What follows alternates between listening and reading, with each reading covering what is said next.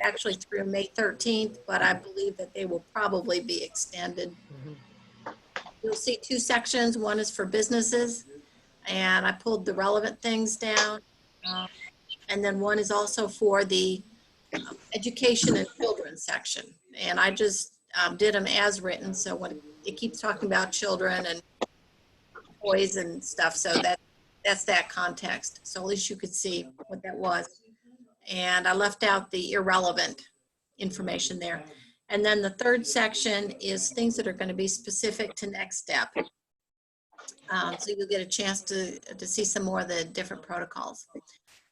So with that email, also you got a survey from SurveyMonkey, and that's what we talked about a little bit last Monday, that we would be sending out to get some information from folks, looking at how soon were you looking at coming back, if you were looking at your regular schedule, and just any questions that you might have, and but I guess specifically the day that you're interested in coming back. There's another question on the survey that if you have any guidelines about what it would require for you to come back, to let us know, you know, and if that might be, I don't know, if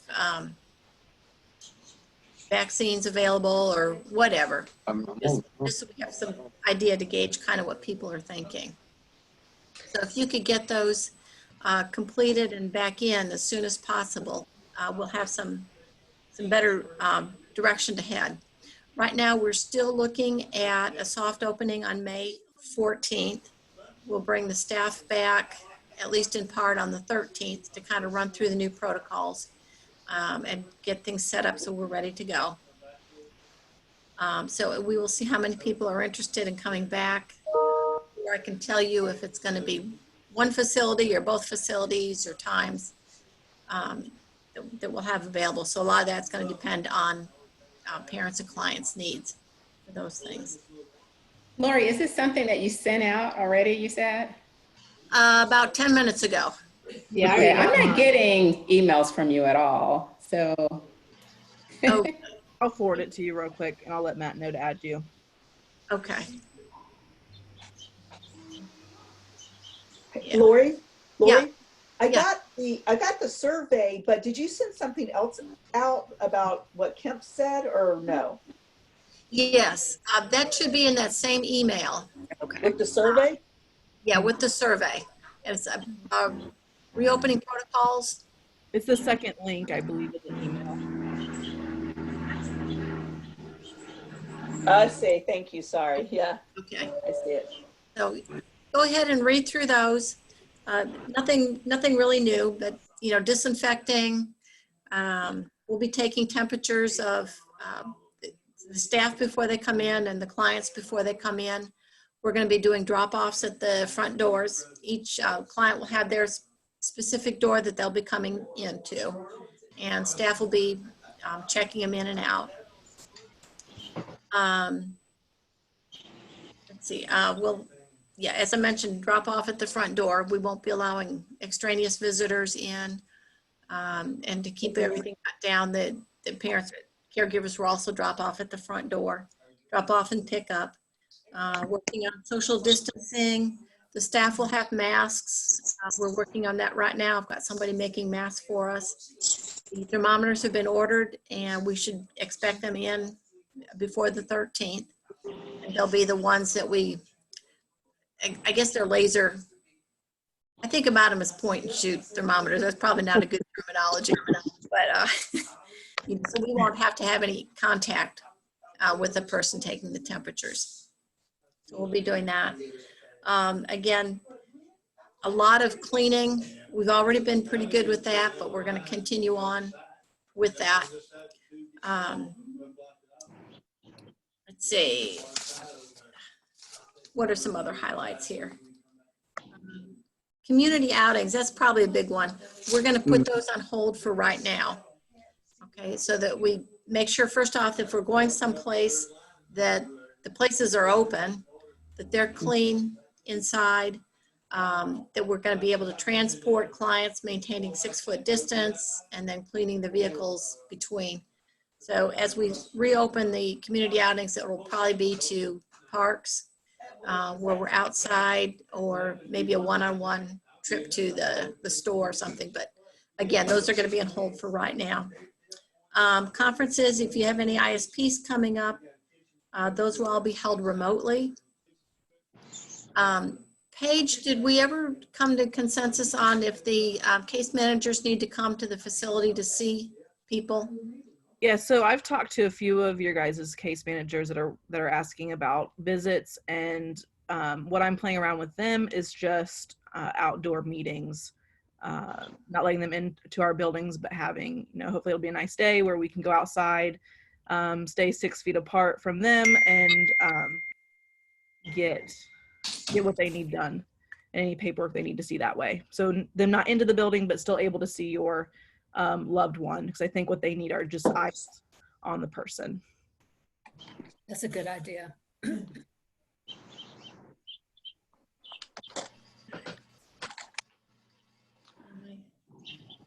think that's about what I have on the updated protocols.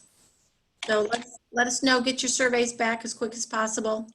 And if you're in contact with other parent families, we're going to try and get them to respond back as quick as possible too. Okay, any questions on that? When will you notify us about when our loved one can come back, or what the plans are? I mean, just give me if you just have some kind of a basic time frame. Catherine would be at the door tomorrow if I let her. Hopefully those will come in pretty quick. It's Monday. I hope to get that out to people by the end of this week, beginning next week. Okay. If I don't get them back, it either will be a lot longer, or we'll respond to the people that we do get back from it. That's fine. Just need some kind of target for her to look forward to. Yeah.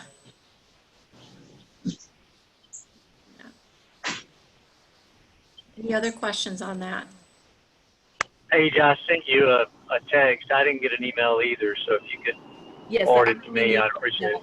Mix, is the R. Thomas okay at Young Contracting? Yeah. Okay. Yeah, that works. And if anybody's watching the recording of this later and you do not get an email, please send us a note about that, and we'll get that sent out to you. And check your email boxes. Even check the junk boxes in case we end up there. Okay, well, to bring everybody up to date on something else, we have been approved for the payroll protection program funding. So very excited about that. Got the final paperwork almost ready to get sent back to the bank. So that should start this week, early next week, some point in time. So that'll be huge. That will give us a little more flexibility with what we can do with the staff, and an extra cushion there. So that's exciting. If you haven't had a chance to get to the website recently, there's it's called #BandTogether5K. It's a virtual 5K. That will be kind of an exciting thing. It will actually support Next Step Ministries as well as 3 other nonprofits. Go ahead and check that out. I think it's pretty cool. It goes all the way from May 1st until May 15th. You can get a t-shirt, and I think they're doing door prizes and everything. 5K, you keep track of your time and your distance, and I guess they're doing participation medals. Not entirely sure. But, yeah, I think it'd be a fun thing. Good way to kind of get out and stretch your legs for a reason. So share that information. If you're Facebook people, go ahead and share that link if you can to other folks, and encourage them to vote for Next. We have how many days to walk 5 miles? Hell, that's my kind of race there. I think I could probably handle that. Yeah. Well, the better news is 3.2 miles. It's a 5K. Even better. 5K, yeah. Yeah. Probably walk 30 steps a day and make that. I think it might work. Yeah, you probably won't get first place in your age group, though. I think they're looking to have this everybody done at one shot. But I'm sure you can clarify that. But the guy that does our 5K normally, they're doing this, kind of helps to support a bunch of the nonprofits. And I think try to keep them busy too, but Run For It Productions is doing it. So I think that's exciting. So go ahead and sign up. You can be a phantom runner too. Okay. So that's really all the business end I had. What from you guys, what are you looking for from us at this point in time, or how can we help you out? How's the programming going?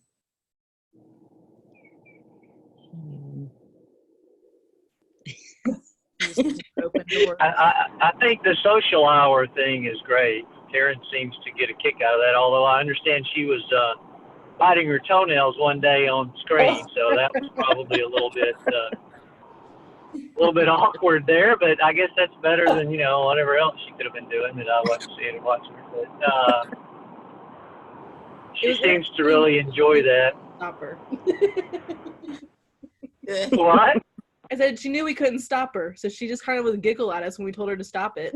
She's like, "You can't touch me. You can't make me stop." She knew. How many of us are jealous of that flexibility? Yep. You know how in college you put on the freshman 15? I just put on the Corona 15. Oh, I'm right with you. oh, it's awful. Yeah. Yeah. I I think keeping the Zoom or the social hour thing and the extension social hour going and just like he said, have been great. And just getting them back as soon as we can safely. For me, I mean, Yeah. I don't have staff to help anymore, so anything you can do to help me get her occupied and not thinking about what happened would be great. Mm. And we did have some parent questions earlier that were emailed. Lori, I think you got a few, and then let me pull up the one as well. A parent was asking whether we'll continue daily Zoom sessions with clients who aren't able to return in person in the early phases. If that's possible, it'd be wonderful. The social hours are a lifeline for her loved one and sons. And that answer is yes. We're planning on keeping people in the loop until they're all back under one roof. And honestly, I think once we're all back under one roof, we'll probably do something with Zoom between buildings, because I think we've made some really good friendships between buildings, and we definitely want to keep that going. So yes, we'll make sure we don't leave anyone behind who can't return to us right away. That's a good idea.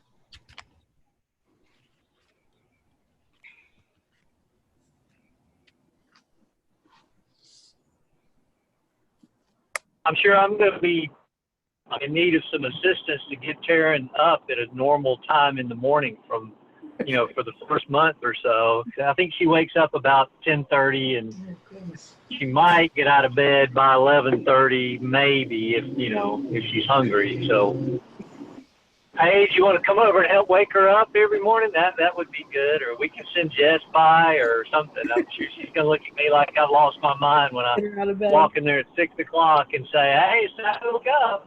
Time for a shower." Wakey, wakey. Yeah. Our staff might be the same way. Yeah. We'll have a later start. Yeah. You need to have come in your pajamas for the first couple of days, probably, huh? Idea. Lori, do you want me to ask the questions that were emailed to you from another parent? Yeah, I'm not sure I got those. So the first one is, how does Governor Kemp's extension of the SIP for medically fragile impact your plan to reopen Next Step? Yeah, I did get that. That was early this morning. Yeah, I think what that really is going to do is just extend us out. If you look at what medically fragile is, that really comes on how do you interpret medically fragile. According to Trump, his vulnerable individuals include the elderly individuals, individuals with serious underlying health conditions, including high blood pressure, chronic lung disease, diabetes, obesity, asthma, and a compromised immune system.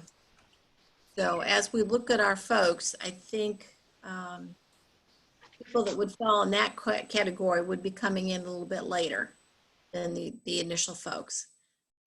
And of course, you guys are the best judge of whether your child is medically fragile or not. But if we have somebody that clearly is in that category, they won't be coming back in the first wave. So I think really it's just going to extend out our phase-in program.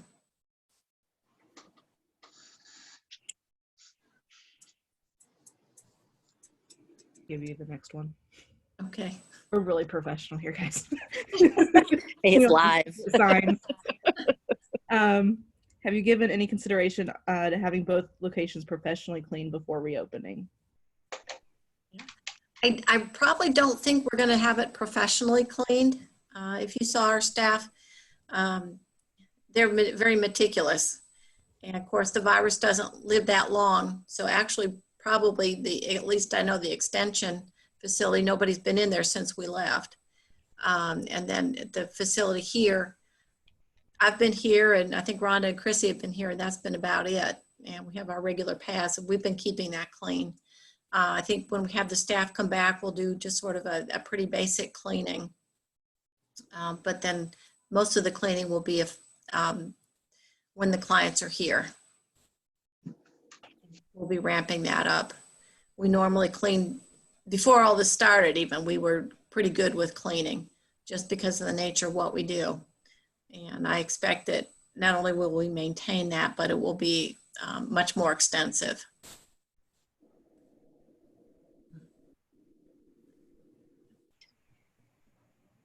And then I think the last question, I don't have it written, I'm just going to paraphrase.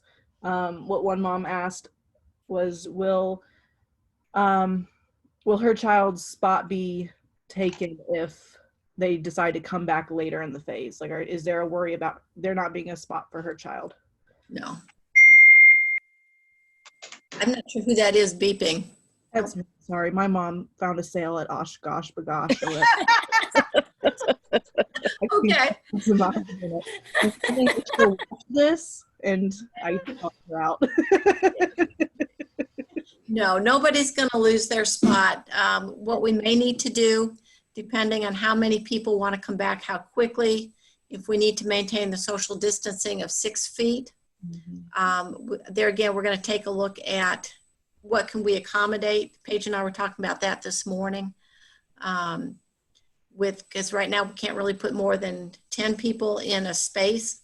So that really gives us 2 spaces over at the extension, about 1.5 spaces here at the main facility.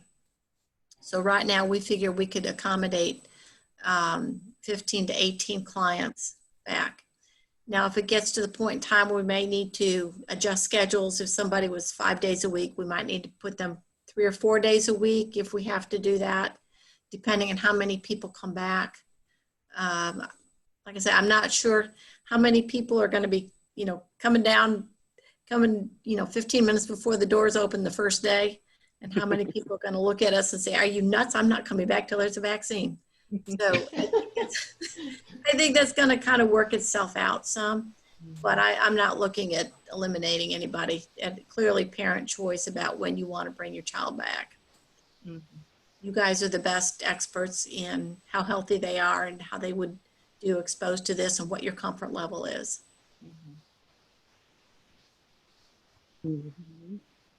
So I have a question about masks. Are you going to require the participants to wear them in the building?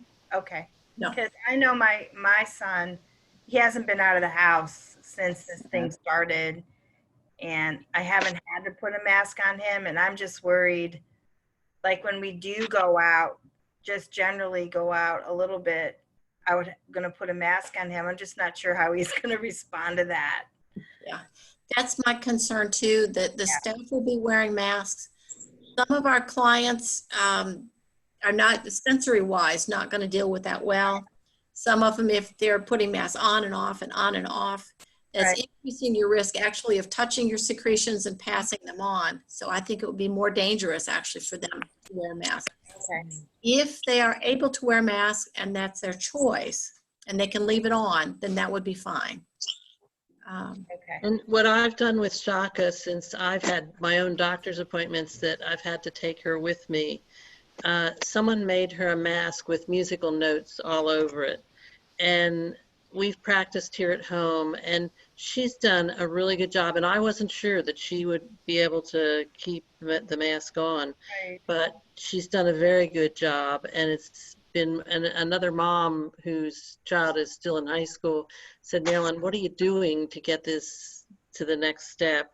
And no pun intended, but I said, well, this is what some very kind person did for us with the musical notes, and she keeps it on. Now, the minute she gets in the car and has her seatbelt on, that mask is up in front on the seat in front of her. So she takes it off right away, but she knows that she's, she can keep it on. And of course, people comment on her mask, so that gives her attention. And Chaka loves attention, so that has helped as well. So. That's helpful. Mm-hmm. Yeah.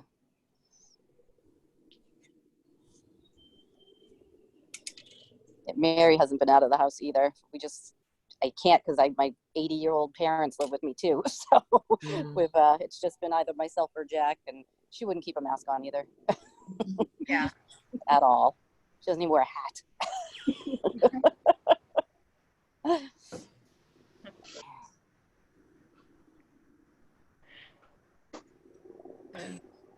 What are the questions? Those were all that I was sent. So anyone. During this, I do have a question. During this, and I know you said you're not going to let visitors and even us in the building, with the volunteer program, are we still going to have them outside doing work, or are we just not going to do the volunteer program? Sorry, there's we've closed for volunteers right now. Okay. And I don't see that opening up. Possibly we may restart that for outside yard work. But I think we've got enough on our hands right now. Yeah. Okay. I was just wondering. Thank you.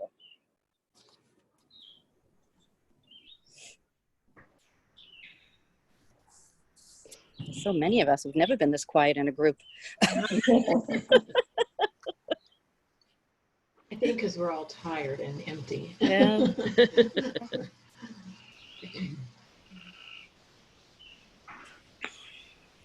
What's the biggest thing? I'm sorry. Oh, no. I was just going to say, Lori, to you and Paige and just the whole Next Step staff, y'all have just done an excellent job keeping us updated on things and showing so much compassion and working so hard and methodical about how to move forward. It's just incredibly impressive.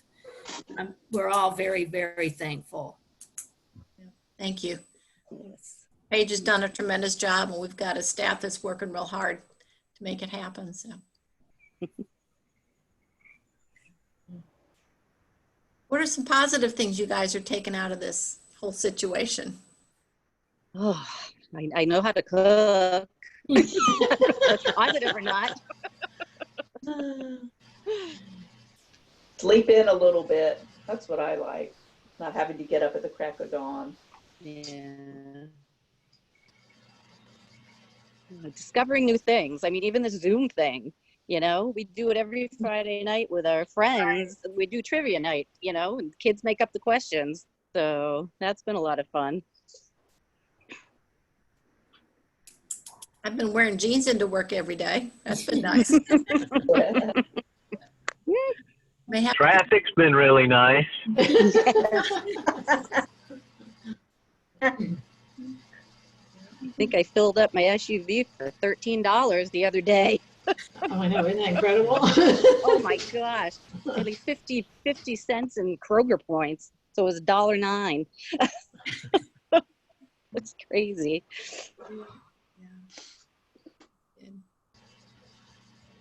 The one thing I do miss though is because everybody's wearing masks, you can't see them smiling when they're walking by you or something. So When people don't even recognize you. I mean, I've been a couple Yeah. places where people just walked right by, or I had to Yeah. talk before they said, "Oh, that's you." yeah, yep. We need to get masks with our face on them or something. I made one with a clear opening for your mouth, but it kind of looks creepy. So I was told by a few people. There's all kinds out there too. I know. Children. I know. Oh. We had to go to the doctor for Sky just for a wellness, and someone made her a little bitty Tom and Jerry one. It's the most cute thing you've ever seen. That's cute. So, That's yeah. nice. Did she wear it okay? Yeah. Really? Actually, Wow. we walked in, it was at the hospital, and they were like, "Oh, she's actually wearing it?" And I said, "Don't jinx it. Don't look at it. Don't talk about it." That's right. Because as soon as you do, it'll be coming off. Yes. Yes. No, she really did. Oh, that's great. Catherine's enjoyed seeing her on the Zoom calls too. Oh yeah, she loves it. She now tries to run staff meetings. I don't know Oh. if you know that story, but I have to mute myself because she'll have her pen and her paper and just conducting staff meetings. Oh, You're training her well. Yeah. yeah. Well, it's been great because it's socializing her in a different way. So. Yeah. That's cool.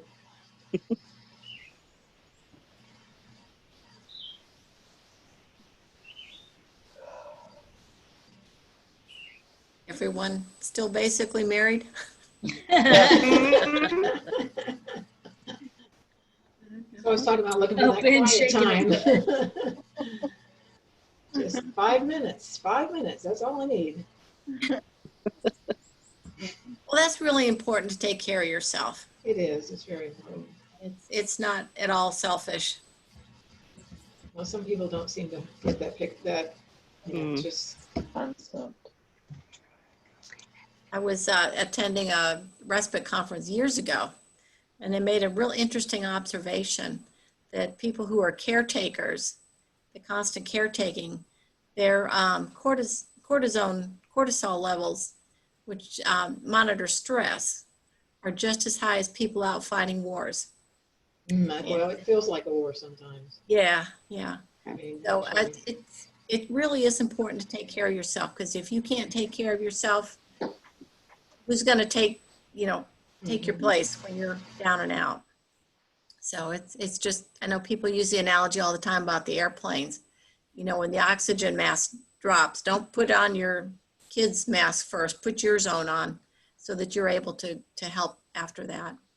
So make sure you're getting enough sleep and eating decent and getting some exercise, and like Barbara said, take some time for yourself. It's okay to put somebody in front of a TV for a half hour if you need to go sit in the closet in peace and quiet.